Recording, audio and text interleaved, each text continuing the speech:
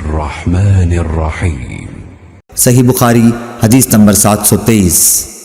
अबुल वलीद हश्शाम बिन अब्दुल मलिक ने बयान किया, कहा कि हमको शौबा ने क़तादा के वास्ते से खबर दी, उन्होंने हज़रत अनस रज़ियल्लाहु ताला अन्हु से कि नबी करीम सल्लल्लाहु अलैहि वसल्लम ने फरमाया कि सफ़ें बराबर रखो, क्योंकि सफ़ों का बराबर रखना नमाज के कायम करने में दाखिल है।